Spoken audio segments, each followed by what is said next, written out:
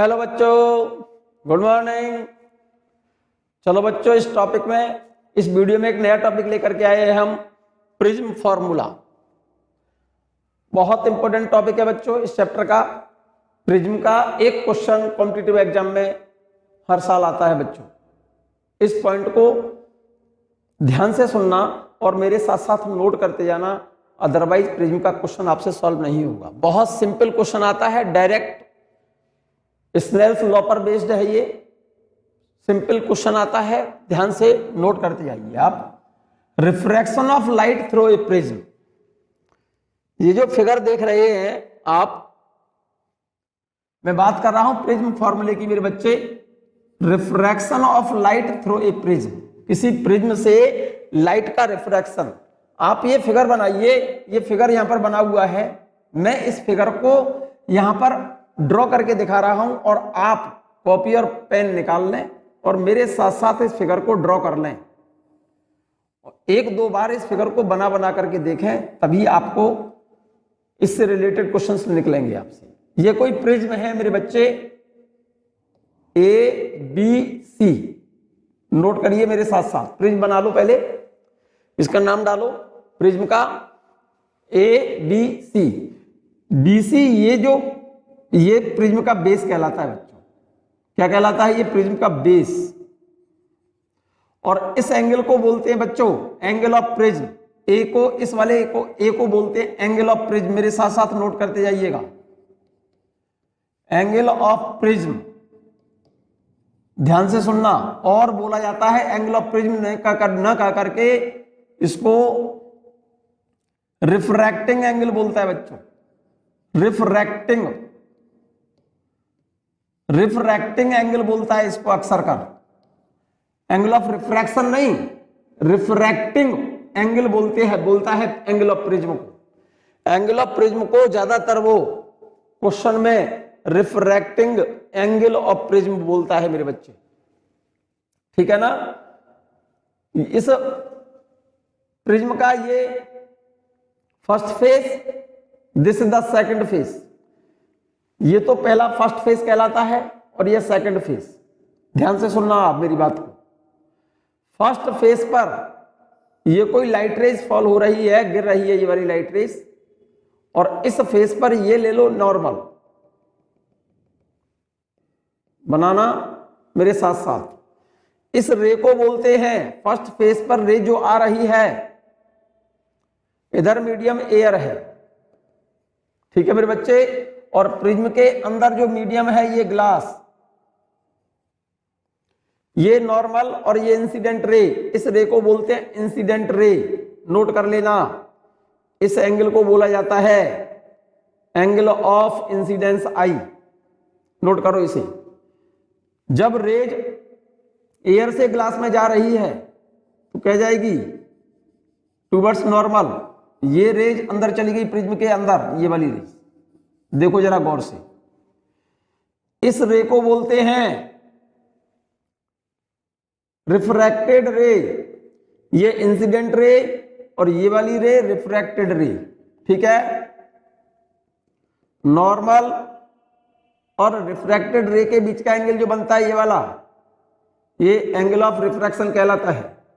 ठीक है? बना लो मेरे साथ साथ बच्चों, ये एंगल ऑफ रिफ्रैक्शन। तो जरा गौर से देखो, अगर ये प्रिज्म नहीं होती तो ये वाली लाइट रे सीधी जाती है ऐसे अपने रास्ते से। भाई अगर ये प्रिज्म नहीं होती तो इंसिडेंट रे स्ट्रेट जाती सीधी ऐसे, तो सीधी न जाकर के अपने रास्ते से हट गई है।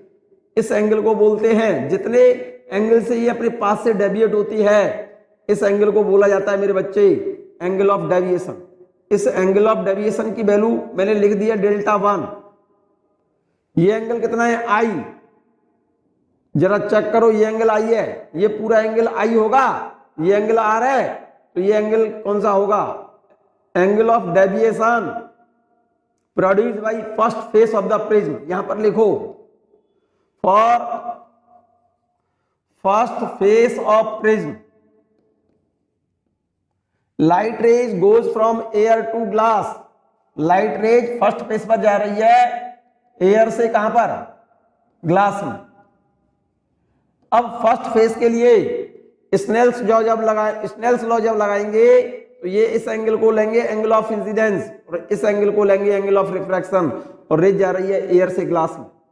तो A N G equal to sine I upon sine R, sine I upon sine R. ये नोट कर लेना, क्वेश्चन प्रॉब्लम आएंगी आपको। फर्स्ट फेज से एंगल ऑफ डेविएशन कितना प्रोड्यूस हुआ है मेरे बच्चे? ये डेल्टा 1, ठीक है। तो फर्स्ट फेज से डेविएशन कितना जनरेट हुआ मेरे बच्चे? डेल्टा 1 इक्वल टू ये एंगल आई है, ये पूरा एंगल आई होगा, ये एंगल आर है, तो ये एंगल कितना बचा? डेल्टा 1 बराबर आई माइनस आर। इनकी जरूरत पड़ेगी मुझे, आप नोट कर लीजिए। अब चलो सेकंड फेज पर मेरे बच्चे, ये सेकंड फेज है प्रिज्म का, ये प्रिज्म का सेकंड फेज है। सेकंड फेज पर इस रेज को हम क्या कहेंगे? इंसिडेंट रे कहेंगे सेकंड फेज के लिए। सेकंड फेज के लिए इस वाली रे को हम इंसिडेंट रे कहेंगे। तो यहां पर एक नॉर्मल ड्रॉ करो मेरे बच्चे सेकंड फेज पर, यहां पर, ठीक है। सेकंड फेज पर रे जा रही है कहां से? जरा गौर से देखना, ग्लास से बाहर मीडियम क्या है? एयर। ग्लास से एयर में ये रेज क्या करेगी बेटे मेरे बच्चे? अगर ये प्रिज्म का सेकंड फेज नहीं होता तो ये रेज सीधी चली जाती है ऐसे, लेकिन अपने रास्ते से अभी फ्रॉम नॉर्मल जाएगी ये रेज, ऐसे चलेगी ये रेज। ये इमरजेंट रे कहलाती है। नॉर्मल, ये सेकंड फेज पर नॉर्मल है मेरे बच्चे। सेकंड फेज से बाहर आने वाली रेज ये रही, इस रेज को बोलते हैं इमरजेंट रे, और इस एंगल को बोला जाता है एंगल ऑफ इमरजेंस ई। जरा गौर से देखो, सेकंड फेज पर इस रे को बोलेंगे इंसिडेंट रे, और सेकंड फेज के लिए इसको बोलेंगे हम, सेकंड फेज के लिए एंगल रिफ्रैक्टेड रे। तो इस सेकंड फेज पर इस एंगल को मैंने मान लिया है मेरे बच्चे आर डैश। तो सेकंड फेज के लिए ये एंगल तो इंसिडेंस एंगल कहलाएगा, और ये एंगल एंगल ऑफ रिफ्रैक्शन कहलाएगा, ठीक है। तो अगर ये प्रिज्म नहीं होती तो रेज सीधी चली जाती, अपने रास्ते से इतना डेविएट हो गई। तो ये एंगल सेकंड फेज से एंगल ऑफ डेविएशन है, ये डेल्टा 2 कह दे रहा हूं मैं इसे। जरा गौर से देखना, ये एंगल कितना है? आर डैश माना है आपने, तो ये एंगल आर डैश होगा, ये टोटल ई है, तो ये डेल्टा 2 कितना होगा? ये ई में से इस एंगल को कम कर दो, इस वाले एंगल को। ये एंगल आर डैश माना है आपने, अरे बेटे इस रे और इस नॉर्मल के बीच का एंगल आर डैश है, ये आर डैश है तो ये भी आर डैश होगा, ये टोटल ई है। तो ये सेकंड फेज से डेविएशन कितना जनरेट हुआ? डेल्टा 2 इक्वल टू कितना होगा? ये वाला E minus are dash, E minus are dash, ठीक है ना। इस रेज को जरा पीछे बढ़ा दो, तो सेकंड फेज से ये डेविएशन डेल्टा 2, तो ये भी डेल्टा 2, ये वाला, ये डेल्टा 2 इमरजेंट रे और इंसिडेंट रे। इंसिडेंट रे को आगे बढ़ा दो, इमरजेंट रे को पीछे ले जाओ यहां तक, तो ये टोटल डेविएशन जनरेट हुआ ये डेल्टा, ये डेल्टा, ठीक है ना। तो यहां पर लिखना for second phase of the prism, यहां पर नोट कर लो अलग से, for second phase of the prism, second phase of the prism. ध्यान से सुनना, रेज जा रही है मेरे बच्चे ग्लास टू एयर, तो ग्लास से एयर में जा रही है रेज, तो लगाओ स्नेल्स लॉ। स्नेल्स लॉ लगाओगे सेकंड फेज के लिए, तो इस आर डैश को कहोगे एंगल ऑफ इंसिडेंस और इस ई को कहोगे एंगल ऑफ रिफ्रैक्शन। रेज जा रही है ग्लास से एयर में, तो लगाओगे रिफ्रैक्टिव इंडेक्स का relation GNA equal to sine आई की जगह पर लिखा जाएगा आर डैश, क्योंकि सेकंड फेज के लिए R dash angle of incidence है और ई एंगल ऑफ रिफ्रैक्शन है अपॉन साइन ई। क्लियर है ये बात? सेकंड फेज से डेविएशन कितना है मेरे बच्चे? डेल्टा 2।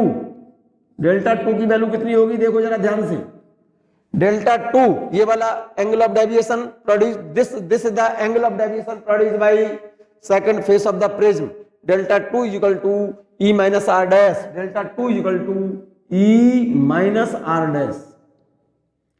क्लियर है मेरे बच्चे? फर्स्ट फेज से डेविएशन डेल्टा 1, पहले फेज से डेविएट हुई लाइट रेज डेल्टा 1 एंगल से और सेकंड फेज से डेविएशन कितना है डेल्टा 2 डेल्टा 2। क्लियर है ये बात? तो total deviation delta 1 plus delta 2 बराबर टोटल डेविएशन डेल्टा है। तो total deviation produce by prism deviation total deviation incident ray, इस इंसिडेंट रे और इमर्जेंट रे, जरा गौर से सुनना मेरे बच्चे मेरी बात को, इंसिडेंट रे और ये इस इमर्जेंट रे के बीच का जो एंगल होगा ये एंगल टोटल डेविएशन कहलाएगा। और इस टोटल डेविएशन की वैल्यू कितनी होगी देखो जरा मेरे बच्चे, पहले फेज से डेविएशन कितना है डेल्टा 1, दूसरे फेज से डेविएशन कितना है डेल्टा 2, ये डेल्टा 2 तो ये भी डेल्टा 2, डेल्टा 1 प्लस डेल्टा 2 बराबर होगा total deviation delta 1 plus delta 2। Total deviation produce by prism delta is equal to deviation produce by first phase of the prism plus deviation produce by second phase of the prism, दोनों को add कर दो total deviation निकल आएगा। Total deviation का मतलब होता है इंसिडेंट रे और इमर्जेंट रे के बीच का जो एंगल होता है वो टोटल डेविएशन कहलाता है मेरे बच्चे। ये क्वेश्चन प्रॉब्लम है, फिर से ठीक से समझ लो। इस फिगर को जो मैंने बनाया है जरा गौर से देखो, इसको बोलते हैं एंगल ऑफ प्रिज्म। ये प्रिज्म का बेस कहलाता है मेरे बच्चे, बार बार बोल रहा हूं। फर्स्ट फेज पर ये इंसिडेंट रे, ये एंगल ऑफ इंसिडेंस, इस पर नॉर्मल ले लिया मैंने, तो रेज जैसे ही एयर से ग्लास में जाएगी तो टुवर्ड्स नॉर्मल रेज सीधी ने जाकर के ऐसे डेविएट होगी। तो ये तो इंसिडेंट रे, ये रिफ्रैक्टेड रे, प्रिज्म के अंदर लाइट रेज का पाथ ये देख रहे होंगे आप, ये वाला, ठीक है ना? बोलो मेरे बच्चे। तो फर्स्ट फेज के लिए ये तो एंगल ऑफ इंसिडेंस आई, ये एंगल ऑफ रिफ्रैक्शन, रेज जा रही है एयर से ग्लास में, मैंने लिखा है for first phase of the prism rays goes from air to glass. तो ए एन जी बराबर साइन आई upon sine R, Snell's law लगाया मैंने। Deviation produce by first phase of the prism delta 1, ये angle कितना होगा देख लो जरा ध्यान से। इस एंगल को कैसे निकालेंगे? ये एंगल आई है, ये भी एंगल आई, ये आर हो गया, आई में से इस आर को सब्ट्रैक्ट कर दें तो ये डेविएशन निकल आएगा डेल्टा 1। तो deviation produce by first phase of the prism delta 1 बराबर I minus R. Clear? Second face पर चलो मेरे बच्चे, ये सेकंड फेज है। सेकंड फेज के लिए इस रे को क्या कहेंगे? इंसिडेंट रे, ठीक है ना? इंसिडेंट रे और नॉर्मल के बीच जो एंगल बनता है सेकंड फेज के लिए एंगल ऑफ इंसिडेंस, इसको मैंने क्या मान लिया है? R dash. तो ये अवे फ्रॉम द नॉर्मल जाएगी रेज, सीधी न जाकर के अवे फ्रॉम द नॉर्मल जाएगी, ये एंगल ऑफ रिफ्रैक्शन कहलाएगा सेकंड फेज के लिए। और फॉर टोटल पूरी प्रिज्म के लिए ये एंगल ऑफ इंसिडेंस कहते हैं और इसको कहते हैं एंगल ऑफ इमर्जेंस। ये इंसिडेंट रे, रिफ्रैक्टेड रे, इमर्जेंट रे, angle of incidence, angle of refraction, angle of emergence. First phase के लिए ये एंगल ऑफ इंसिडेंस, ये angle of refraction, second phase के लिए ये एंगल ऑफ इंसिडेंस, ये एंगल ऑफ रिफ्रैक्शन। पूरी प्रिज्म के लिए ये इंसिडेंस, एंगल ऑफ इंसिडेंस, ये एंगल ऑफ इमर्जेंस। पूरी प्रिज्म के लिए ये इंसिडेंट रे और ये इमर्जेंट रे, ठीक है? पहले फेज से प्रोड्यूस डेविएशन डेल्टा 1 है, डेल्टा 1 बराबर आई माइनस आर होगा, ये लिखा हुआ है। सेकंड फेज से डेविएशन डेल्टा 2 है, डेल्टा 2 बराबर होगा ई माइनस ये वाला एंगल, ये कितना है? आर डैश है, ये एंगल आर डैश है, ये एंगल और ये एंगल दोनों बराबर है। तो delta 2 means deviation produce by second phase of the prism delta 2 बराबर ई में से इस एंगल आर डैश को घटा दो, ये आर डैश है क्योंकि ये आर डैश है, तो E delta 2 equal to E minus are dash. तो सेकंड फेज से जो डेविएशन प्रोड्यूस हुआ delta 2 equal to E minus are dash, ठीक है ना? टोटल डेविएशन का मतलब इंसिडेंट रे और इमर्जेंट रे के बीच का जो एंगल होगा ये वाला angle total deviation produce by prism delta equal to delta 1 plus delta 2। Figure ठीक से देख लो और बना लो। ये फिगर 2-3 बार बना करके देखो तो इस प्रिज्म से रिलेटेड कोई भी क्वेश्चन आपसे गलत नहीं हो सकता, ये मेरा चैलेंज है। देखो जरा, इस पॉइंट को नाम डाल दिया मैंने P, इसको डाल दिया Q, और इसको डाल दिया मैंने इस पॉइंट को R, और इसको डाल दिया मैंने S। जरा गौर से देखना, क्वाड्रिलेटरल, ये क्वाड्रिलेटरल AQ, इसको नाम डाले दे रहा हूं मेरे बच्चे, इस पॉइंट को नाम डाले दे रहा हूं मैं D, और इस पॉइंट को नाम डाले दे रहा हूं मैं E। जरा गौर से देखना, जरा गौर से देखना मेरे बच्चे, सुनना मेरी बात को ध्यान से। Total deviation delta equal to delta 1 plus delta 2। Delta 1 तो यहां से लिख देंगे I माइनस R, डेल्टा 2 की वैल्यू लिख देंगे हम यहां से E माइनस R डैश, तो टोटल डेविएशन निकल आएगा। अब जरा गौर से देखो, ध्यान से देखो मेरे बच्चे, ये क्वाड्रिलेटरल, ये वाला क्वाड्रिलेटरल समझते हो, क्वाड्रिलेटरल AQER, इस वाले क्वाड्रिलेटरल की बात कर रहा हूं। जरा गौर से देखो, मैं इस क्वाड्रिलेटरल की बात कर रहा हूं, AQER, ये वाला, ये क्वाड्रिलेटरल। देखो ये नॉर्मल है ये वाला, और इस वाले फेस पर ये नॉर्मल है। तो जरा गौर से देखें, अगर इस क्वाड्रिलेटरल में ये पूरा एंगल, ये वाला एंगल 90 है, क्योंकि क्यों है 90 ये वाला, क्योंकि इस फेस पर ये नॉर्मल है, तो ये एंगल 90 होगा, और इस वाले फेस पर ये नॉर्मल है, तो ये एंगल 90 होगा ये वाला, तो ये 90 और ये 90। जरा गौर से देखना, इस क्वाड्रिलेटरल की बात कर रहा हूं, ये एंगल 90 और ये एंगल 90, क्वाड्रिलेटरल के 4 एंगल का सम 360 होगा। कैसे होगा? ये एंगल प्लस ये एंगल प्लस ये एंगल प्लस ये एंगल कितना होगा? 360। ये कितना कितना? ये 90 और ये 90, 90 और 90 कितना होता है? 180। तो इन दोनों का तो सम 180 हो गया। तो इसका मतलब ये हो गया इस एंगल और इस एंगल का सम, ए और ई का सम कितना होगा? ए प्लस ई बराबर 180 होना चाहिए, क्योंकि टोटल 360 होता है। ये एंगल प्लस ये एंगल प्लस ये एंगल प्लस ये एंगल 360 होता है। अब क्योंकि ये 90 90 तो ये तो 180 खत्म। तो ए और ई का जो सम होगा, इस ए और इस ई का जो सम होगा 180 के बराबर होगा। क्लियर है? एक ट्रायंगल जरा चेक करो, देखो ये वाला ट्रायंगल चेक करो, देखो ये वाला, ये कौन सा है? ये क्या लिखा है? Q। ये क्या लिखा है? R। ये क्या लिखा है? E। R plus R dash plus E, R plus R dash plus E equal to 180 होगा। ठीक है? क्लियर है ये मेरी बात बच्चों? इस फिगर को बना लो, इन इक्वेशनों को देख लो जरा गौर से। इस क्वाड्रिलेटरल में ये एंगल 90, ये एंगल 90, 90 90 180 हो गया। इसका मतलब इस एंगल और इस एंगल का सम 180 होगा। इस वाले ट्रायंगल में ये एंगल R, ये एंगल R डैश, ये angle E, R plus R dash plus E, R plus R dash plus E बराबर 180। तो जरा गौर से देखना, ये 180 और ये 180 दोनों बराबर है, तो R plus R dash plus E बराबर A प्लस E होगा। E से E कट जाएगा, तो R प्लस आर डैश बराबर A के बराबर होगा। ये बहुत इंपॉर्टेंट पॉइंट लिखा हुआ है मैंने, मींस इस एंगल और इस एंगल का जो सम होगा वो इस एंगल के बराबर होगा, इस एंगल के बराबर होगा। इस एंगल और इस एंगल का सम इस एंगल के बराबर होगा। ये फिगर अच्छे से बना लो और समझ लो इन पॉइंटों। अदरवाइज प्रिज्म से रिलेटेड आपसे क्वेश्चन नहीं निकलने वाले, ये बात बहुत अच्छे से समझ लेना। एक दो बार फिगर बना बना करके देख लो। क्लियर है ये बात? ये मैं हटा रहा हूं, इस फिगर को मैं हटा रहा हूं, ये फिगर यहां बना दिया है मैंने। इस फिगर को मैं थोड़ा सा एक्सटेंडेड बढ़ा करके मैं समझाई दे रहा हूं आपको, ये हटा रहा हूं बच्चों। देखो जरा गौर से, मैं बात कर रहा था refraction of light through a prism. Prism आपके सामने बना हुआ है और मैंने बना कर दिया है बच्चों प्रिज्म का फिगर। ये फिगर पहले मैं फिर से बोल रहा हूं आपसे बहुत अच्छे से, इस फिगर को ठीक से बना लो, आप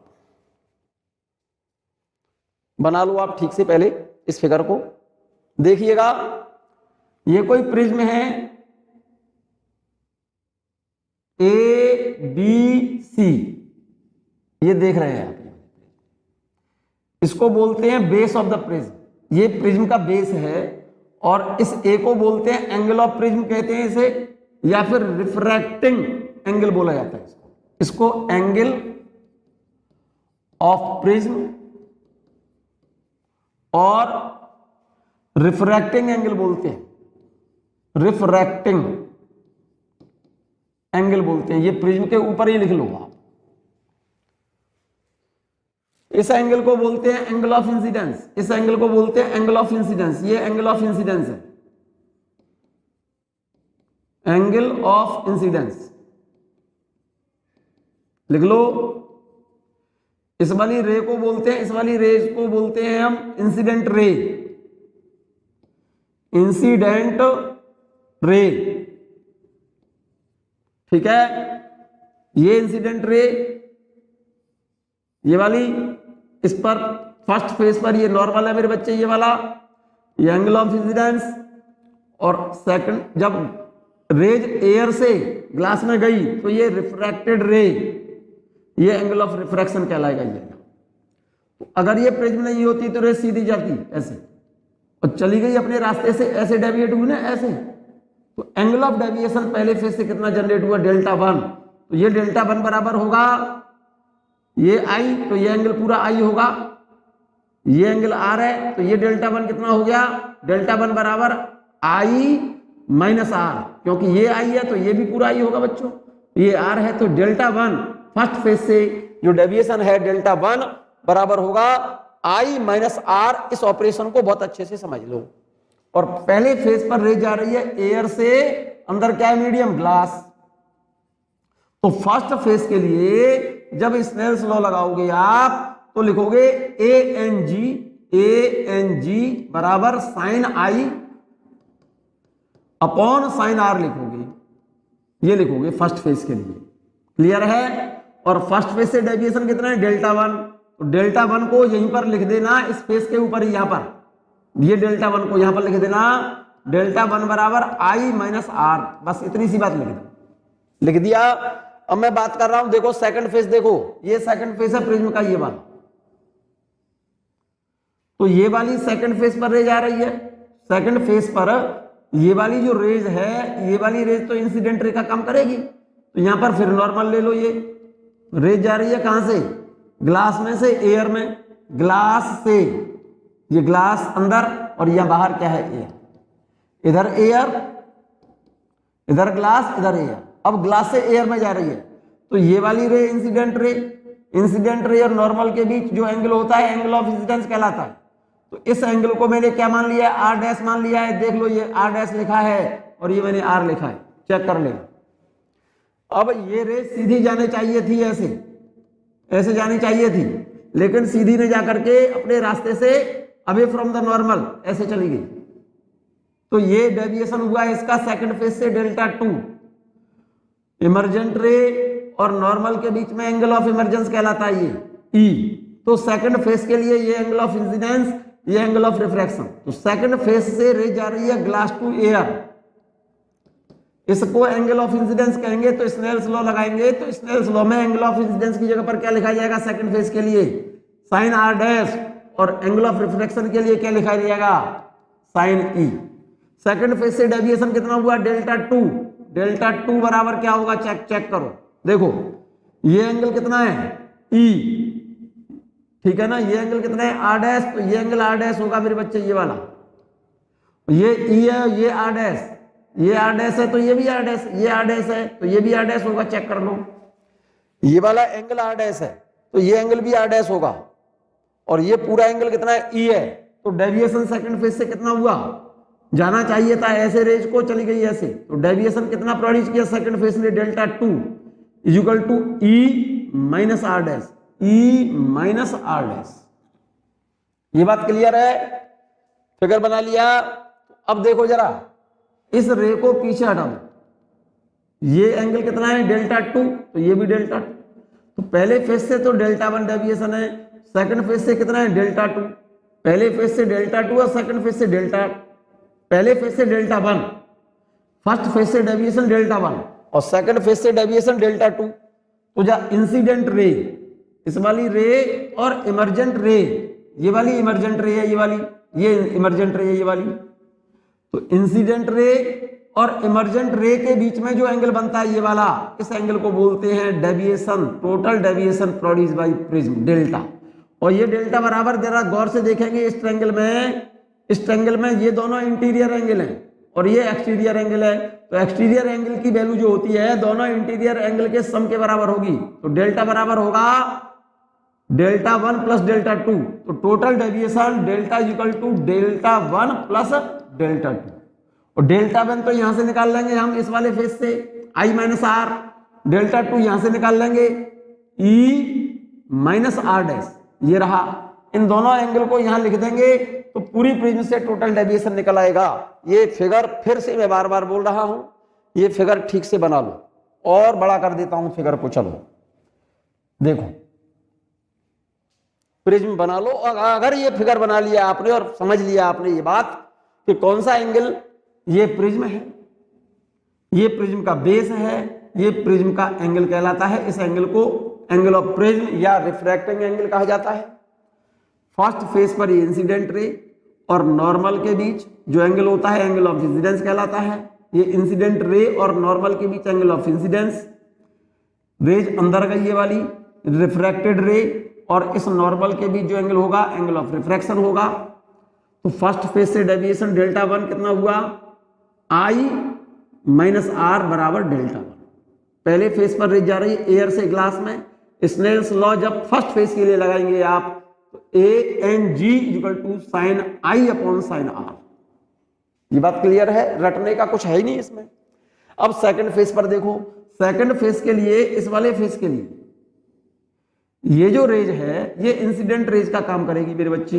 ये तो सेकंड फेस के लिए ये इंसिडेंट रे और इस पर ये ले लिया मैंने नॉर्मल और इंसिडेंट रे के बीच का एंगल ये मैंने आर डैश मान लिया। क्यों मान लिया है, क्योंकि इसको मैंने आर बोल दिया है, इसको आर डैश कह दो, ठीक है ना। तो सेकंड फेस से रे चली गई ऐसे, तो ये एंगल ऑफ रिफ्रैक्शन कहलाएगा सेकंड फेस के लिए। तो सेकंड फेस के लिए जब स्नेल्स लॉ लगाओगे तो साइन आई की जगह पर आर डैश लिखोगे, साइन आर डैश। तो ग्लास से एयर में जा रही है रे, तो g n a equal to sine आई की जगह पर sine r dash upon sine r की जगह पर sine e. Deviation second face से कितना होगा, ये डेविएशन हुआ डेल्टा 2। डेल्टा 2 लिखेंगे, ई में से इस एंगल को सब्ट्रैक्ट कर दो आर डैश को, तो डेल्टा 2 इक्वल टू हो जाएगा ई माइनस आर डैश। और ये वाला जो डेविएशन होगा, ये वाला डेविएशन और ये डेविएशन दोनों बराबर होंगे क्योंकि इस रेज को मैंने पीछे बढ़ा दिया, ठीक है ना, और इसको मैंने आगे ले लिया। तो ये एंगल और ये एंगल दोनों बराबर होंगे, ये डेल्टा 2 तो ये डेल्टा 2। तो अब जरा गौर से देखो, इस पूरी प्रिज्म ने टोटल डेविएशन कितना जनरेट किया। पहले फेस से तो डेल्टा 1, सेकंड फेस से डेल्टा 2, तो टोटल डेविएशन कितना हुआ डेल्टा। तो इसको मैंने ट्रायंगल कंप्लीट कर दिया बच्चों यहां पर। तो ये एंगल प्लस ये एंगल दोनों इंटीरियर एंगल हैं, दोनों एंगल का सम एक्सटीरियर एंगल के बराबर होगा। तो डेल्टा बराबर होगा डेल्टा 1 प्लस डेल्टा 2। बिल्कुल क्लियर है ये बात। ये फिगर आपने बना लिया होगा, देख लीजिए। ये तो प्रिज्म के अंदर लाइट रेज का पाथ है, ये वाला प्रिज्म के भीतर लाइट रेज का पाथ है ये। अब जरा इस फिगर को जरा ध्यान से अगर देखें आप, ये बेस है बच्चों, देखो ये वाला बेस, समझो मेरी बात को, गौर से देख समझना मेरी बात को। ये बेस है और ये प्रिज्म के अंदर लाइट रेज का पाथ है, ये वाला पाथ। जरा गौर से अगर देखो इस वाले पॉइंट और इस वाले पॉइंट की बेस से ये वाली हाइट अगर अनइक्वल है, मतलब ये हाइट समान नहीं है, तो उस केस में ये एंगल और ये एंगल समान नहीं होंगे। और अगर ये हाइट इसके अंदर ये वाली हाइट और ये वाली हाइट समान है, तो उस केस में ये एंगल और ये एंगल बराबर होंगे और ये एंगल और ये एंगल बराबर होंगे। तो उस केस में प्रिज्म के अंदर लाइट रेज का पाथ इसके बेस के पैरेलल होगा बच्चों। ये बात पहले मेरी बात समझ आई है कि नहीं आई है भाई। प्रिज्म के अंदर लाइट रेज का पाथ इस पॉइंट से बेस तक की हाइट और इस पॉइंट से बेस तक की हाइट अगर अनइक्वल है, समान नहीं है, तो उस केस में आई और ई बराबर नहीं होंगे और आर और आर डैश बराबर नहीं होंगे। और अगर ये हाइट बराबर बराबर है तो उस केस में आई और ई बराबर होंगे, आर और आर डैश भी बराबर होंगे। और बराबर जब होंगे तो यहां से हाइट और ये वाली हाइट सब सेम है। तो ऐसा तभी हो सकता है जब प्रिज्म के अंदर इस लाइट रेज का पाथ इसके बेस के पैरेलल। आप याद रखेंगे इस बात को, क्यों बोल रहा हूं, इसकी जरूरत पड़ेगी मुझे इस टॉपिक में, चैप्टर में आगे कहां पर जरूरत पड़ेगी ये मैं बताऊं। पहले ये फिगर बना लिया होगा आपने, अब समझो मेरी बात को जरा ध्यान से। हियर लाइट रेज और light beam falls on A prism of refracting angle A. इसको रिफ्रैक्टिंग एंगल बोला है प्रिज्म का, जैसा कि फिगर में देख रही है। आई यहां पर एंगल ऑफ इंसिडेंस है ये वाला, आर एंगल ऑफ रिफ्रैक्शन है ये, ई एंगल ऑफ इमर्जेंस है ये वाला। फिगर क्लियर हो गया होगा। Delta 1 angle of deviation produce by first face of the prism, delta 2 angle of deviation produce by second face of the prism, और delta क्या है ये टोटल एंगल ऑफ डेविएशन है। ये बात मैंने यहां लिख दी, डेल्टा टोटल डेविएशन है। ए एंगल ऑफ प्रिज्म और रिफ्रैक्टिंग एंगल बोलते हैं इसे। फिगर बना लिया होगा, फिगर में चेक कर लो। A N g n refractive index of material of prism, a N g, ठीक है ना। Delta one i minus r, काफी देर से मैं बता रहा हूं मेरे बच्चे, angle of deviation produce by first face of the prism. Delta 1 यहां पर एंगल ऑफ डेविएशन है produce by first face of the prism, i minus r, ठीक। Delta 2 E minus are dash, figure को चेक कर लेना, figure बनाया हुआ है आपने। Delta 2 E minus are dash angle of deviation produce by second face of the prism. So total deviation produce by prism delta is equal to delta 1 plus delta 2। Delta 1 की value कितनी है, I minus R, इस delta 1 की जगह पर आई minus are लिख दिया। Delta 2 की वैल्यू कितनी है, ई माइनस आर डैश, डेल्टा 2 की जगह पर ई माइनस आर डैश मैंने यहां लिख दिया। क्लियर। तो जरा चेक करो अब, आई प्लस ई ये लिखा है, इसमें से माइनस इसमें से माइनस मैंने कॉमन ले लिया, तो यहां क्या बचेगा, minus R plus R dash. This is the equation number first. Clear. Equation number first, total deviation delta 1 plus delta 2। Delta 1 की वैल्यू लिख दी मैंने आई माइनस आर, और डेल्टा 2 की वैल्यू लिख दी E minus are dash. Figure आपके दिमाग में प्रिंट होना चाहिए, तो दोनों को ऐड कर दो, आई प्लस ई, ये आई और ये प्लस ई, ये लिख दिया मैंने, यहां से माइनस कॉमन ले लिया, आर प्लस आर डैश। इसको इक्वेशन नंबर मैंने फर्स्ट डाल दिया है। फिगर चेक करना, फॉर फर्स्ट फेस, फिगर देख लीजिएगा, for first face of prism light rays goes from air to glass. पहले फेस पर लाइट एयर से ग्लास में जा रही है, तो स्नेल्स लॉ जब लगाया जाएगा तो A N G equal to sine I upon sine r. पहले फेस पर एंगल ऑफ इंसिडेंस आई है, एंगल ऑफ रिफ्रैक्शन आर है, और रे जा रही है एयर से ग्लास में।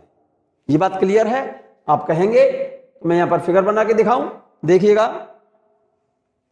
पहले फेस पर रेज जा रही थी, देखो ये आपने प्रिज्म बनाया हुआ था, ये फर्स्ट फेस है, ए बी सी, इस पर ये एंगल ऑफ इंसिडेंस लिया हुआ है, और ये एंगल ऑफ रिफ्रैक्शन। पहले फेस से डेविएशन डेल्टा 1 है, ये डेल्टा 1। क्लियर। तो पहले फेस के लिए स्नेल्स लॉ लगाएंगे, तो air to glass equal to sine I upon sine R, ये एंगल है sine R. Deviation produce by first face of prism delta 1 equal to I minus R, ये लिखा हुआ है। अब चलिए सेकंड फेस पर, for second face AC light rays goes from glass to air. अंदर ग्लास है ये, और बाहर एयर है, बाहर इधर एयर है। यहां पर नॉर्मल लेना पड़ेगा बच्चों, इस पॉइंट पर मैंने इसको नॉर्मल दिखा दिया। यहां ये लाइट रेज ऐसे आ गई, ये सेकंड फेस के लिए इस एंगल को मैंने आर डैश मान लिया है, ठीक है ना। ये एंगल ऑफ इमर्जेंस, और डेविएशन कितना है मेरे बच्चे, डेल्टा 2, ये डेल्टा 2। टोटल डेविएशन कितना है मेरे बच्चे, ये डेल्टा, ये वाला, ये एंगल डेल्टा है, ठीक है। तो सेकंड फेस के लिए एंगल ऑफ इंसिडेंस किसको मानेंगे हम, आर डैश को। एंगल ऑफ रिफ्रैक्शन ई को मानेंगे। रेज जा रही है ग्लास से एयर में, तो लिख दिया है for second face a c of prism light rays goes from glass to air. Glass to air equal to sine आई की जगह पर ये लिखा जाएगा angle of incidence r dash, upon sine r की जगह पर ये एंगल लिखा जाएगा sine e. Angle of deviation produced by second phase of the prism delta 2 equal to E minus are dash. E minus are dash ये मैंने पहले figure में बता चुका हूं, ठीक है ना। अब चलिएगा इन quadrilateral A Q E are, जरा गौर से देखो, ए बी सी, इसको डाल रहा हूं मैं पॉइंट को P, इस पॉइंट को डाल दिया है Q, इस पॉइंट को डाल दिया मैंने R और इसको डाल दिया मैंने S, इसको डाल दिया मैंने पॉइंट D और इस पॉइंट को डाल दिया मेरे बच्चे मैंने E।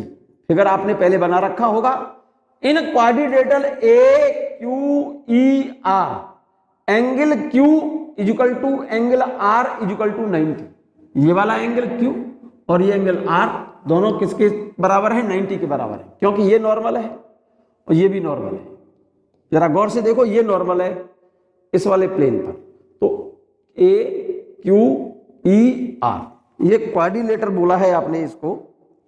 देखो इस वाले को ए क्यू ई आर, जरा गौर से देख लो, मैंने रेड से मार्क कर दिया है। ये एंगल Q, ये वाला एंगल, ये 90 और ये पूरा एंगल 90, Q 90 है और R भी 90 है, तो ये 90 हो गए दोनों। तो एंगल A प्लस E कितना हो जाएगा? 180 हो जाएगा। क्लियर है? In quadrilateral angle Q equal to angle R equal to 90 है दोनों। क्लियर? तो एंगल A प्लस E का सम कितना हो जाएगा फिर? 180, क्योंकि चारों एंगल का सम 360 होता है बच्चों। तो ये 90 और 90 180, तो ये हो गया। तो A और E का सम 180 होना चाहिए। तो ये मैंने अगले पेज पर दिखा दिया है, ये रहा एंगल A प्लस E बराबर 180। This is the equation number 2। Clear? भूलना मत। In triangle EQR, in triangle EQR, फिर से फिगर बना लीजिए आप। ट्रायंगल EQR कहां दिख नहीं रहा आपको? तो इसमें फिर से दिखा दो आप, आपने के पेपर पे बना हुआ है, फिर से मैंने बना दिया है आपकी हेल्प के लिए। ये इंसिडेंट रे बार बार फिगर बना के देख लेना, जिससे आपसे कोई गलती ना हो। ये रिफ्रैक्टेड रे, ये एंगल R है मेरे बच्चे, ये एंगल I है, ये नॉर्मल है ABC, ये नॉर्मल है, ये इमरजेंट रे है, ये एंगल ऑफ इमरजेंस है। इस एंगल को R कहा है, इसको R डैश बोला है मेरे बच्चे। और ये डेविएशन, ये वाला डेविएशन डेल्टा 1 है, ये वाला डेविएशन डेल्टा 2 है, ये वाला डेविएशन डेल्टा है। अच्छे से देख लो, इस पॉइंट को D डाला है, इसको E डाला है, ये P Q R S, ठीक से देख लो। तो जरा देखो, A प्लस E बराबर 180 हो गया, ये रहा A प्लस E बराबर 180 हो गया। इन ट्रायंगल QER, ये लिखा है इन ट्रायंगल EQR या QER, EQR। देखो मैं इस पर मार्क कर रहा हूं EQR को, ये वाला ट्रायंगल EQR, इनके तीनों एंगल का सम R plus R dash plus E, ये एंगल प्लस ये एंगल प्लस ये एंगल बराबर 180 होना चाहिए। ये वाला angle E plus R dash plus R dash बराबर 180 हो गया। क्लियर है? अब जरा इक्वेशन सेकंड और थर्ड को चेक करो, इक्वेशन सेकंड और थर्ड को चेक करो। ये साइड बराबर इस साइड के है बच्चों, तो ये वाली वैल्यू इसके बराबर होगी, इसको इसके बराबर लिख दो। ये वैल्यू तो ये है और ये इसके बराबर लिख दिया मैंने, इससे ये कैंसिल। तो क्या बचा यहां पर? R प्लस R डैश बराबर A। तो R प्लस R डैश बराबर A, एंगल A, या फिर मैंने इसको ऐसे लिख दिया R प्लस R डैश बराबर A। This is the equation number 4। Clear है? अब चलिएगा जरा, यहां तक क्लियर है?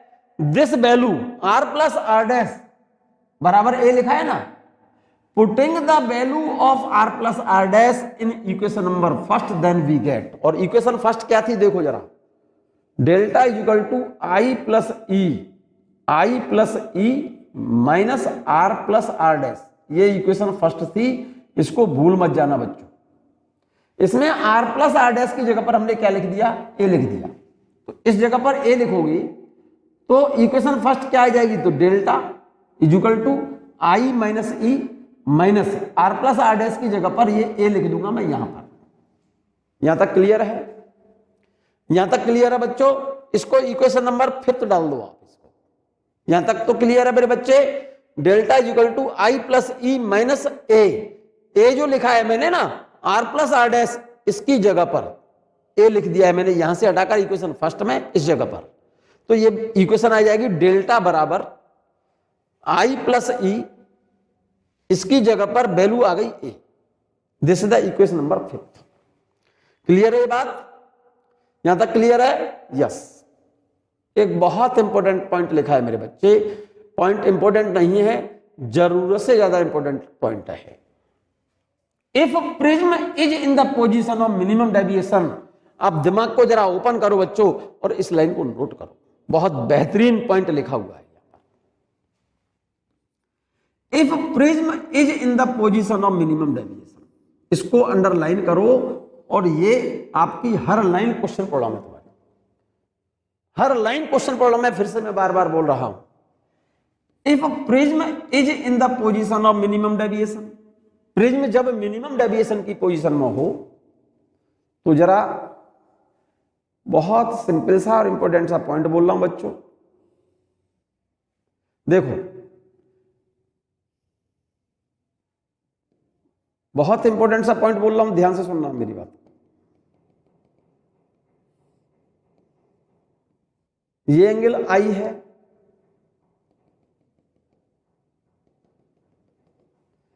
ये एंगल आर है, ये एंगल आर डैश है, ये एंगल ऑफ इमर्जेंस है, ये एंगल ऑफ प्रिज्म है, ये बेस बीसी, और ये टोटल डेविएशन है बच्चों, ये वाला, ये डेविएशन तो डेल्टा 1 पहले फेज से, और ये डेविएशन डेल्टा 2 सेकंड फेज से, और ये टोटल डेविएशन है ये वाला। इस फिगर को बना लो बच्चों। पहले तो आपने लिखा है if prism is in the position of minimum deviation, minimum deviation, minimum deviation, मतलब इस डेविएशन की वैल्यू सबसे कम हो, इस डेविएशन की वैल्यू सबसे कम हो, कम से कम हो, मिनिमम हो, और ऐसा केवल तभी पॉसिबल होगा मेरे बच्चे। बहुत सिंपल सी बात बोल रहा हूं, ध्यान से सुनना। इस वाले पॉइंट की और इस वाले पॉइंट की प्रिज्म के बेस से हाइट जब बराबर हो, ये वाली हाइट जब सेम होगी, बेस से इस लाइट रेज की बेस से जो हाइट है ये वाली हाइट जब सेम होगी, उसी केस में इस प्रिज्म से जो डेविएशन प्रोड्यूस होगा ये मिनिमम होगा। और जब प्रिज्म मिनिमम डेविएशन की पोजीशन में होगी, तब प्रिज्म के अंदर जो लाइट रेज है, लाइट रेज प्रिज्म के भीतर, प्रिज्म के इनसाइड जो लाइट रेज है, उस लाइट रेज की प्रिज्म के बेस से हाइट हर एक पॉइंट पर क्या होगी, सेम होगी। It means inside the prism path of light rays become parallel to base of the prism. It is possible only when angle of incidence is equal to angle of emergence. और ऐसा तभी possible है जब ये angle इसके just बराबर हो, और ये एंगल इसके बराबर हो। ऐसा तभी हो सकता है जब ये एंगल अंदर r और ये r डैश बराबर हो, तो उस केस में प्रिज्म का जो डेविएशन होगा मिनिमम होगा, और जो टोटल डेविएशन है, ये वाला total deviation delta is equal to delta 1 plus delta 2, और total deviation produced by prism is equally shared by both face of the prism. मतलब कहने का यह है कि अगर ये टोटल डेविएशन मान लो 10 डिग्री है, तो पहले फेस से 5 डिग्री होगा प्रोड्यूस, और दूसरे फेस से भी 5 डिग्री होगा। मतलब टोटल डेविएशन जो होगा प्रिज्म के दोनों फेसों से बराबर बराबर शेयर होगा। टोटल डेविएशन मान लो 20 डिग्री होता तो पहले फेस से डेविएशन 10 डिग्री और दूसरे फेस से भी डेविएशन 10 डिग्री होगा। टोटल डेविएशन इक्वली शेयर हो जाएगा दोनों फेस से। मैंने यही लिखा है if prism is in the position of minimum deviation, और ऐसा तभी होगा मेरे बच्चे जब angle of incidence angle of emergence के बराबर हो, आई बराबर आर हो, आई बराबर ई हो और आर बराबर are dash.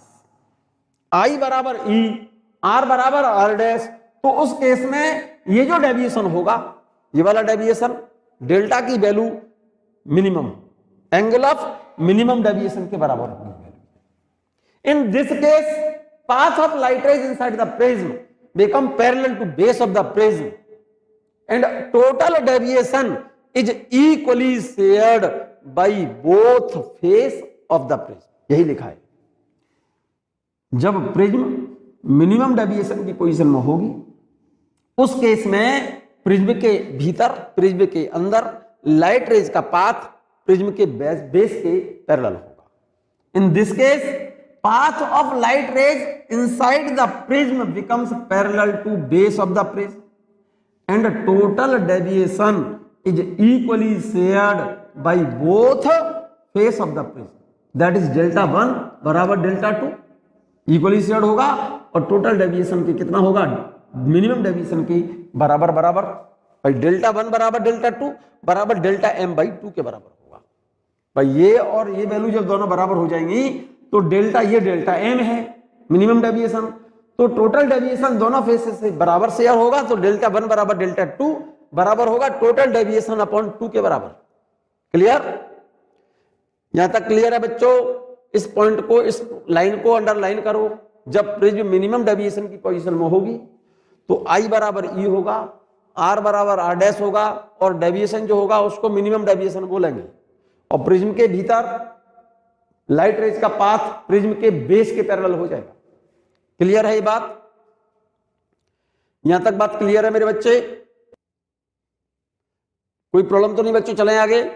Then path of, in this case then path of light rays inside the prism become parallel to base of the prism and total deviation produced by prism is equally shared by both face of the prism, that is delta 1 बराबर delta 2 बराबर delta m upon 2। जब prism minimum deviation की position में होगी तो angle of incidence angle of emergence के बराबर हुआ, आई बराबर ई, नोट करो, एंड आर बराबर आर डैश और delta equal to delta. Then from equation number 4, equation number 4, जब प्रिज्म मिनिमम डेविएशन की पोजीशन में है बच्चों तो आर और आर डैश तो बराबर हो गए, तो इस आर डैश को भी मैं आर लिख सकता हूं, तो आर प्लस आर 2r बराबर ए, तो आर बराबर क्या हो जाएगा, a बाई 2। ये बात लिख दी मैंने, देखो from equation 4th and 5th। 4th equation कौन सी है, ये रही।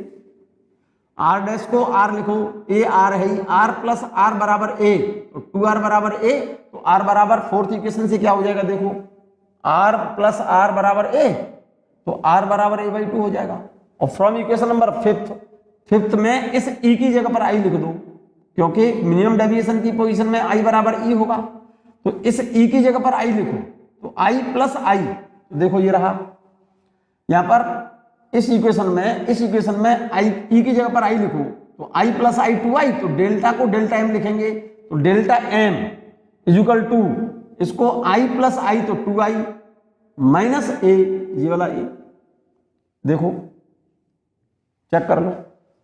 अरे भाई इक्वेशन नंबर 5th में ई की जगह पर आई लिखो और डेल्टा को डेल्टा m लिख दो, डेल्टा को तो डेल्टा m लिख दो और ई की जगह पर आई लिख दो, तो ये तो लिखेंगे delta m equal to I plus I 2i minus A. Clear? तो यहां से आई निकाल लो, कितना आ जाएगा, देखो इस ए को इधर ले आओ, आई निकल आएगा, एंगल ऑफ इंसिडेंस निकल आया delta m plus A by 2। Clear? अब यहां पर जरा चेक करो, आपको एंगल ऑफ इंसिडेंस मालूम है और एंगल ऑफ रिफ्रैक्शन पता है और प्रिज्म के मटेरियल का रिफ्रैक्टिव इंडेक्स मुझे निकालना है, तो आई पता है बच्चों आपको, आर मालूम है, लगा दो स्नेल्स लॉ, प्रिज्म के मटेरियल का रिफ्रैक्टिव इंडेक्स निकल आएगा। तो यहां पर मैंने यही लिखा है from Snell's law A N G क्यों लिखा है आपने, क्योंकि एंगल ऑफ इंसिडेंस आपको पता चल गया, ये रहा एंगल ऑफ रिफ्रैक्शन पता चल गया, ये रहा। और प्रिज्म के मटेरियल का रिफ्रैक्टिव इंडेक्स निकाल रहे हो आप। जब प्रिज्म मिनिमम डेविएशन की पोजीशन में होगी तो प्रिज्म के अंदर लाइट रेज का पाथ बेस के पैरेलल होगा। ये इंसिडेंट रे, ये इमर्जेंट रे, angle of incidence, angle of emergence, ये एंगल ऑफ रिफ्रैक्शन। और आर और आर डैश दोनों बराबर होते हैं। ये डेविएशन जो होगा, ये वाला डेविएशन डेल्टा एम मिनिमम होगा। ये प्रिज्म का एंगल ए, ये प्रिज्म का बेस है बीसी। तो इधर एयर है और इधर भी एयर है और अंदर मीडियम ग्लास है। तो इस प्रिज्म के मटेरियल का रिफ्रैक्टिव इंडेक्स का फॉर्मूला होगा, प्रिज्म जब मिनिमम डेविएशन की पोजीशन में है तो स्नेल्स लॉ लगा रहा हूं, साइन आई अपॉन साइन आर। तो जब प्रिज्म मिनिमम डेविएशन की पोजीशन में है तो यहां पर एयर, इधर एयर, तो इसको लिखेंगे, अंदर ग्लास है तो इधर और इधर तो एयर है, अंदर ग्लास है तो इस एन को ए एन जी लिखेंगे बच्चों। क्लियर है? अगर ये इधर वाटर और इधर ग्लास होता तो इसे लिखते इधर वाटर और इधर ग्लास, तो इसे लिखते WNG। ठीक है, मैं बात कर रहा हूं दोनों तरफ एयर है, प्रिज्म मटेरियल ग्लास है, तो ANG बराबर साइन आई अपॉन साइन आर। तो साइन आई, प्रिज्म जब मिनिमम डेविएशन की पोजीशन में है तो साइन आई की जगह पर लिखेंगे साइन आई की जगह पर delta M plus A/2, angle का हाफ है बच्चों ये, और अपॉन साइन आर की जगह पर साइन A/2। ये रिलेशन आ जाएगा प्रिज्म के मटेरियल के रिफ्रैक्टिव इंडेक्स का। यही बात मैंने यहां लिखी है, ये रही, स्नेल्स लॉ यही लगाया है। ANG क्यों लगाया मैंने? क्योंकि इधर एयर, इधर ग्लास, तो लिखा मैंने बाहर के मीडियम का रिफ्रैक्टिव इंडेक्स, वो ए बाहर का medium, ANG refractive index of glass with respect to बाहर का medium, ANG equal to sine I upon sine r, equal to i की जगह पर लिख दिया delta M plus A/2, sine delta M plus A/2 upon sine r की जगह पर साइन A/2। क्लियर? क्लियर है ये फॉर्मूला? यहां तक बात क्लियर है मेरे बच्चे? यहां तक बात क्लियर है? बहुत इंपॉर्टेंट पॉइंट बच्चों, जरूरत से ज्यादा इंपॉर्टेंट पॉइंट है ये, जरा गौर से देखना, आप ध्यान से सुनना मेरी बात को ध्यान से। मैं जरा इस पॉइंट को थोड़ा छोटा कर दिया बच्चों, इसको ग्राफ को मैंने, और मैं प्रिज्म का फिगर फिर से बना रहा हूं, ये फिगर बना रहा हूं। मेरी बात को ध्यान से सुनना। जैसे ये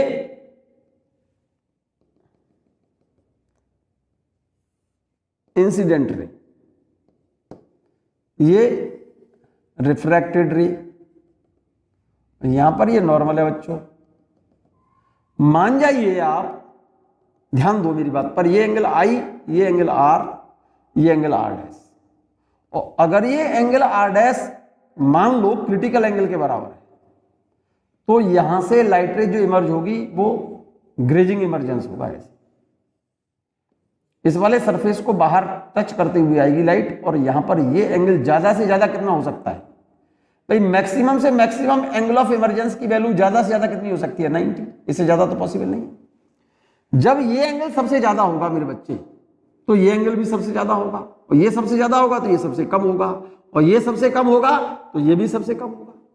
तो उस केस में एंगल ऑफ इंसिडेंस मिनिमम होगा। जब एंगल ऑफ इंसिडेंस सबसे कम है तो एंगल ऑफ इमर्जेंस सबसे ज्यादा होगा। ज्यादा से ज्यादा एंगल ऑफ इमर्जेंस की 90 डिग्री वैल्यू होगी। अब मेरी बात को सुनना, उस केस में जब एंगल ऑफ इमर्जेंस 90 है तो उस केस में ये एंगल ऑफ इंसिडेंस जो होगा ना वो मिनिमम होगा। एंगल ऑफ इंसिडेंस की बात कर रहा हूं, डेविएशन की बात नहीं कर रहा। और उस केस में डेविएशन कितना होगा? ये लाइट रे जैसे जा रही है और ये इमर्जेंट रे है। उस केस में ये इंसिडेंट रे और इस इमर्जेंट रे के बीच का जो भी एंगल होगा, ये वाला जो भी एंगल होगा, ये एंगल ऑफ डेविएशन कहलाएगा। ये एंगल ऑफ डेविएशन कहलाएगा मेरे बच्चे। मेरी बात को पकड़ना ध्यान से। जब एंगल ऑफ इमर्जेंस 90 है क्योंकि एंगल ऑफ इमर्जेंस 90 से ज्यादा तो पॉसिबल है नहीं। और जब एंगल ऑफ इमर्जेंस 90 होगा मेरे बच्चे, उस केस में ये एंगल ऑफ इंसिडेंस मिनिमम होगा। इससे ज्यादा कम वैल्यू आई की पॉसिबल नहीं है जब लाइट रेज सेकंड फेज से, प्रिज्म के सेकंड फेज से बाहर आ रही है। जस्ट इसको ग्रेजिंग इमर्जेंस हो, ठीक है ना, ग्रेजिंग इमर्जेंस होगा, लाइट रेज जस्ट बाहर आ रही हो, तो उस केस में ये जो एंगल ऑफ, ये क्या है, एंगल ऑफ डेविएशन, तो उस केस में एंगल ऑफ इंसिडेंस मिनिमम होगा। अब जरा गौर से समझना, इस एंगल ऑफ इंसिडेंस को, इसको एंगल ऑफ इंसिडेंस, तो एंगल ऑफ इमर्जेंस 90 मैक्सिमम है। अब एंगल ऑफ इंसिडेंस को अगर हम बढ़ा दें, इसको बढ़ाते जाएं बच्चों, इसको बढ़ाएं तो ये वैल्यू घट जाएगी भाई, इसको बढ़ाओगे, वैसे इस एंगल को बढ़ा दिया भाई, ऐसे बढ़ा दिया तो ये एंगल घट गया, तो ये एंगल घट गया, एंगल घट गया, ठीक है नहीं, तो यहां पर जो एंगल आएगा ये वाला एंगल, वो इस एंगल से कम हो जाएगा, एंगल ऑफ डेविएशन जो होगा वो घटेगा। तो आई की वैल्यू जब बढ़ाएंगे तो एंगल ऑफ इमर्जेंस की वैल्यू 90 से घटेगी ना, 90 से कम होगी भाई, ये रेस ऐसे गई। आई की वैल्यू बढ़ाएंगे तो एंगल ऑफ इमरजेंस की वैल्यू क्या होगी, घटेगी। आई की वैल्यू बढ़ाते जाओ, एंगल ऑफ इमरजेंस की वैल्यू घटती जाएगी।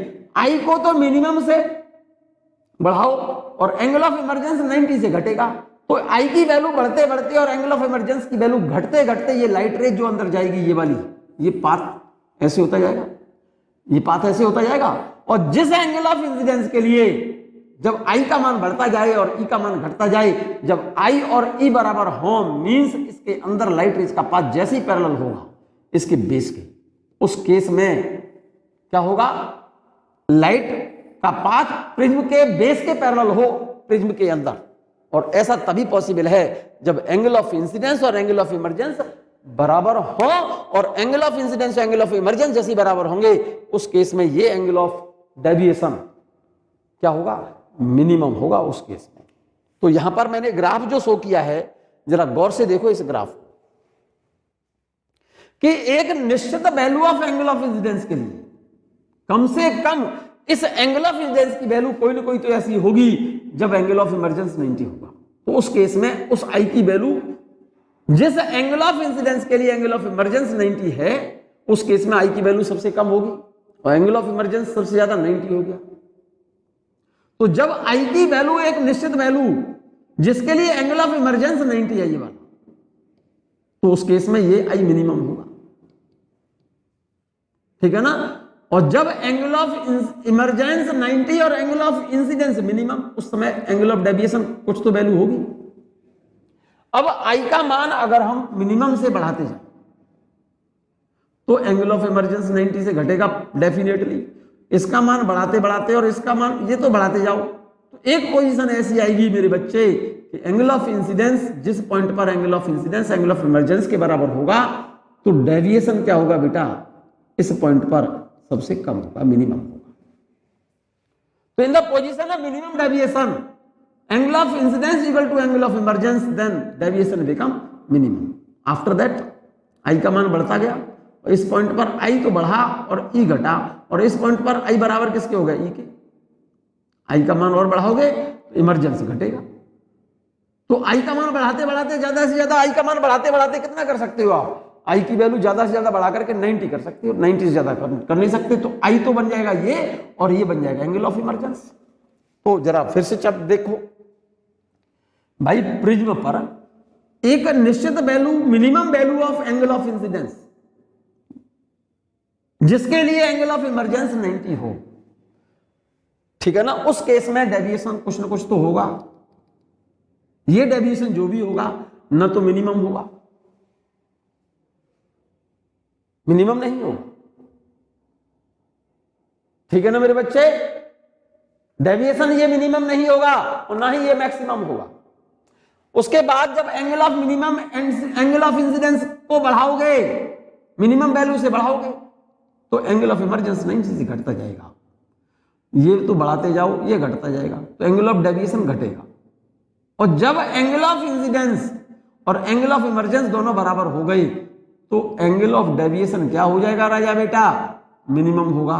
उसके बाद आई को बढ़ाओ, इमरजेंस घटता जाएगा, उसके बाद डेविएशन फिर बढ़ेगा। तो ये ग्राफ जरा गौर से देखें, एंगल ऑफ डेविएशन और इंसिडेंस और एंगल ऑफ इमरजेंस के बीच ग्राफ है, बनाओ इसे कि ये तो मिनिमम वैल्यू है एंगल ऑफ इंसिडेंस की, तो एंगल ऑफ इमरजेंस मैक्सिमम हो गया। एंगल ऑफ इंसिडेंस को बढ़ाओगे तो एंगल ऑफ इमरजेंस घटेगा, और जब एंगल ऑफ इंसिडेंस बढ़ाते जाओ एंगल ऑफ इमरजेंस घटता जाएगा। जब angle of incidence angle of emergence के जब बराबर होगा, उस पोजीशन में क्या बेटा, प्रिज्म से जो डेविएशन प्रोड्यूस हो रहा है वो मिनिमम होगा मेरे बच्चे। इस ग्राफ को फिर से मैं बता रहा हूं, बना लो ठीक से। Graph between deviation and incidence आपने शो किया है in the position of minimum deviation.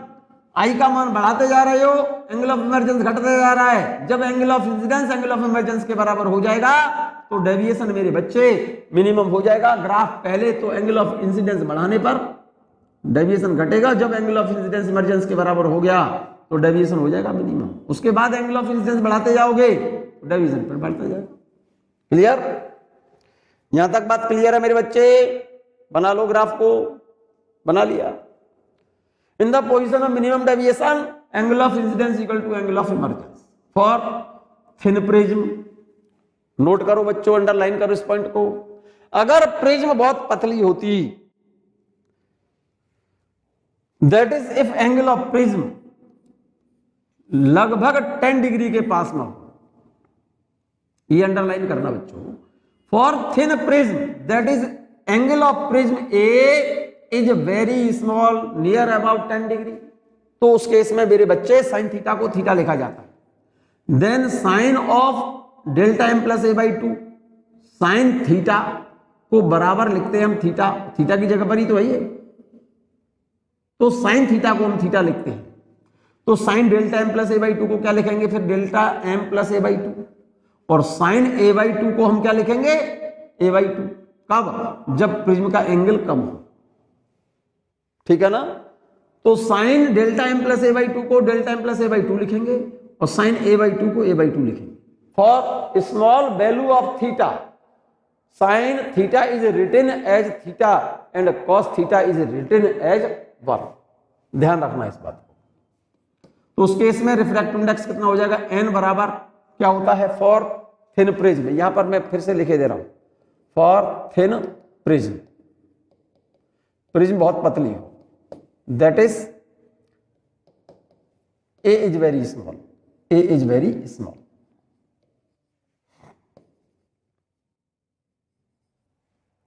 Then sine theta is written as theta, sine theta is written as theta. So sine delta M plus A by 2 equal to लिखेंगे हम delta M plus A by 2, और sine A by 2 बराबर लिखेंगे A by 2। Then refractive index क्या लिखते हैं, sine delta M plus A upon 2 upon sine A upon 2। यहां पर 2 से 2 मत काट देना, एंगल का हाफ है ये, इक्वल टू लिखेंगे। जब एंगल बहुत छोटा है तो sine delta M plus A by 2 को क्या लिखेंगे, delta M plus A by 2, तो इसको तो लिख देंगे delta M plus A upon 2 upon इसको लिखेंगे ए अपॉन 2। अब 2 से 2 कट जाएगा, तो n बराबर हो गया delta M plus A upon A, cross multiply कर दो, डेल्टा एम प्लस ए बराबर एन ए, इस ए को इधर ले लो, तो डेल्टा एम बराबर क्या हो जाएगा, एन माइनस 1 इंटू ए। जरा गौर से देखना बच्चों इस फॉर्मूले को, विशेष ध्यान से देखना इस फॉर्मूले को। नोट कर लिया है? ये फॉर्मूला मैंने यहां नोट किया हुआ है, जरा नोट कर लीजिए। पहले मैंने वहां नोट किया हुआ है, यहां पर नोट किया हुआ है। एंगल प्रिज्म का बहुत छोटा है, तो sine delta M plus A by 2 को हम delta M plus A by 2 लिखेंगे, साइन ए बाई 2 को ए बाई 2 लिखेंगे। तो फॉर्मूला जो था ये sine delta M plus A by 2 upon sine A by 2, तो इसमें से साइन हटा दो यहां से, तो क्या बचेगा, ये delta M plus A by two upon A by two, 2 से 2 कैंसिल हो जाएगा, तो delta M plus A upon A, इसको क्रॉस मल्टीप्लाई कर दो, तो डेल्टा एम प्लस ए बराबर एन ए, तो डेल्टा एम बराबर क्या हो गया, एन माइनस 1 इंटू ए। इस फॉर्मूले को जरा गौर से देख लेना। तो इसका मतलब ये हो गया मेरे बच्चे, इस फॉर्मूले को फिर से मैं बार बार बोल रहा हूं, आपसे ध्यान दो, डेल्टा एम बराबर एन माइनस 1 इंटू ए। क्लियर? तो जरा गौर से देखना, यहां पर अगर n की value if n equal to 1 होता, यहां पर n इक्वल टू 1 का मतलब प्रिज्म के मटेरियल का रिफ्रैक्टिव इंडेक्स 1 होगा, देन डेविएशन कितना होगा, 0 होगा। इसका मतलब जब प्रिज्म हॉलो हो, हॉलो प्रिज्म है, हॉलो प्रिज्म का मतलब प्रिज्म के अंदर भी एयर और बाहर भी एयर, बाहर भी एयर, तो लाइट रेज जो आ रही है आपकी ये वाली,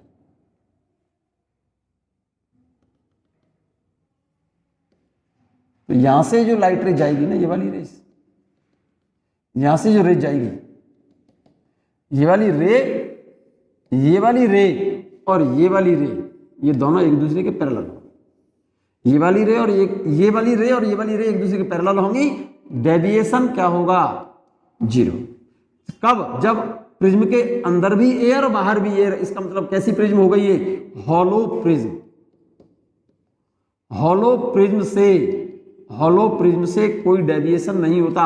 यहां से चेक कर लो, अंदर एयर है तो इसका मतलब रिफ्रैक्टिव इंडेक्स अंदर और बाहर सेम है, तो n की वैल्यू 1 हो गई, क्योंकि एयर का रिफ्रैक्टिव इंडेक्स 1 होता है बच्चों, तो 1 माइनस 1, तो डेविएशन कितना हो जाएगा, 0।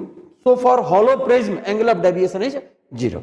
दूसरा पॉइंट एक और जरा गौर से देखो, डेल्टा एम बराबर n माइनस 1 इंटू ए। तो प्रिज्म का एंगल है बच्चों, प्रिज्म का एंगल तो बदलोगे नहीं, अगर रिफ्रैक्टिव इंडेक्स का मान बढ़ाओगे तो डेविएशन बढ़ेगा। इसका मतलब more is the refractive index more is the deviation and vice versa.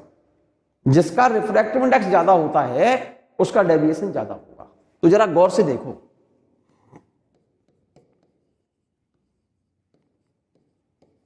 इधर तो वेवलेंथ बढ़ती है बच्चों, इधर रिफ्रैक्टिव इंडेक्स बढ़ता है और इधर डेविएशन बढ़ेगा। क्लियर है क्या मेरे बच्चे? नहीं, उल्टा लिख दिया बच्चों, ये उल्टा लिख दिया, इसको सही करो। रिफ्रैक्टिव इंडेक्स ज्यादा होगा भाई, इधर वेवलेंथ बढ़ रहा है और इधर रिफ्रैक्टिव इंडेक्स बढ़ता है, क्योंकि एन रेसिप्रोकल कोचीज रिलेशन था ये, ध्यान है। और रिफ्रैक्टिव इंडेक्स ज्यादा होगा तो डेविएशन भी ज्यादा होगा, तो डेविएशन भी इधर ही बढ़ेगा। तो इसीलिए तुमने देखा हो जब प्रिज्म पर व्हाइट लाइट आती है, कौन सी लाइट आती है, व्हाइट लाइट। व्हाइट लाइट आएगी मेरे बच्चे, तो व्हाइट लाइट में तो वॉयलेट से लेकर के रेड तक, तो जरा गौर से समझना, वॉयलेट लाइट तो सबसे ज्यादा डेविएट होगी और रेड लाइट सबसे कम डेविएट होगी। ये तो वॉयलेट और ये रेड लाइट रेज। वॉयलेट के लिए ये तो डेविएशन है रेड का और ये डेविएशन है वॉयलेट का, तो वॉयलेट का डेविएशन ज्यादा होगा किससे, रेड से। क्लियर है, ये बात क्लियर है। रिफ्रैक्टिव इंडेक्स ज्यादा होगा तो डेविएशन ज्यादा होगा। तो इधर तो वेवलेंथ बढ़ता है, तो इधर रिफ्रैक्टिव इंडेक्स, और जिसका रिफ्रैक्टिव इंडेक्स ज्यादा है उसका डेविएशन ज्यादा। इसी वजह से प्रिज्म से डेविएशन वॉयलेट लाइट के लिए ज्यादा और रेड लाइट के लिए कम होता है। ये पॉइंट आप याद रखना। अगला पॉइंट एक और छोटा सा सुनो, अगर हम इसी रिलेशन की बात कर रहा हूं, डेल्टा एम बराबर n माइनस 1 इंटू ए क्या है मेरे बच्चे, एंगल ऑफ प्रिज्म। ए बराबर यहां से क्या लिखेंगे, delta M upon n minus 1। अगर हम डेविएशन में और रिफ्रैक्टिव इंडेक्स में, यहां से 1 तो कांस्टेंट वैल्यू है, ए एंगल ऑफ प्रिज्म ये भी कांस्टेंट वैल्यू है, तो इसका मतलब डेल्टा एम और n के बीच हम ग्राफ खींचे, n माइनस 1 के बीच n और रिफ्रैक्टिव इंडेक्स n और डेविएशन के बीच अगर हम ग्राफ खींचे, तो देखो इधर तो ले रहा हूं रिफ्रैक्टिव इंडेक्स और इस वाली एक्सिस पर ले रहा हूं डेविएशन। ग्राफ खींचेंगे तो जरा गौर से देखो, ये रिफ्रैक्टिव इंडेक्स की वैल्यू जैसे यहां से इस पॉइंट तक, यहां पर n की वैल्यू 1 है, तो जब n की वैल्यू 1 होगी, एयर के लिए होती है, तो डेविएशन कितना होगा? 0 होगा। तो ग्राफ आपका यहां से जाएगा, ग्राफ ओरिजिन से स्टार्ट नहीं होगा। और जब n का मान बढ़ाते जाओगे, n का मान बढ़ाओगे तो डेविएशन बढ़ेगा, लीनियर कर्व होगा। मान लो बढ़ाते बढ़ाते n की वैल्यू यहां पर मैंने n कर दिया, ठीक है ना, तो यहां तक डेविएशन कितना है? ये वाला डेविएशन, ये वाला डेविएशन डेल्टा है। तो इस ग्राफ का स्लोप क्या होगा? स्लोप कहते हैं tan थीटा को, स्लोप कहते हैं tan थीटा को। इस ग्राफ का स्लोप क्या होगा? Slope of this graph tan theta को बोलते हैं। तो इस ग्राफ का स्लोप बताओ जरा क्या होगा? Perpendicular upon base. परपेंडिकुलर कितना है? Delta M, perpendicular delta M upon base कितना है? ये वाली डिस्टेंस, ये वाली डिस्टेंस। ये तो डिस्टेंस यहां से लेकर के यहां तक तो n, और यहां तक कितना है? 1। तो ये वाली डिस्टेंस कितनी हो गई? n-1 equal to delta M upon n-1। और डेल्टा एम अपॉन n-1 किसके बराबर है? डेल्टा एम अपॉन n-1 किसके बराबर है? इसका मतलब इस ग्राफ का जो स्लोप है वो क्या बताता है? Angle of prism. तो इस ग्राफ का जो स्लोप होगा वो शो करता है एंगल ऑफ प्रिज्म को। ये बात नोट कर लीजिए बच्चों। And intercept point on this axis, ये वाला point gives us refractive index की वैल्यू कितनी है? यहां पर यूनिटी, तो डेविएशन कितना है? 0। उसके बाद रिफ्रैक्टिव इंडेक्स बढ़ाओगे तो डेविएशन लीनियर कर्व आएगा, क्योंकि curve delta M directly proportional n-1 है। क्लियर? नोट कर लिया बच्चों ग्राफ? क्वेश्चन प्रॉब्लम है तुम्हारी, ये क्वेश्चन प्रॉब्लम है बच्चों तुम्हारी। यहां तक कोई प्रॉब्लम तो नहीं मेरे बच्चे? यहां तक कोई प्रॉब्लम तो नहीं है मेरे बच्चे? चलिए बच्चों, इस वीडियो को 1-2 बार सुन लें आप। बहुत इंपॉर्टेंट टॉपिक है, जरूरत से ज्यादा इंपॉर्टेंट टॉपिक है। प्रिज्म से रिलेटेड क्वेश्चन तभी निकलेंगे जब इस वीडियो को कम से कम 1-2 बार आप नोट कर लें और देख लें, रिवाइज कर लें।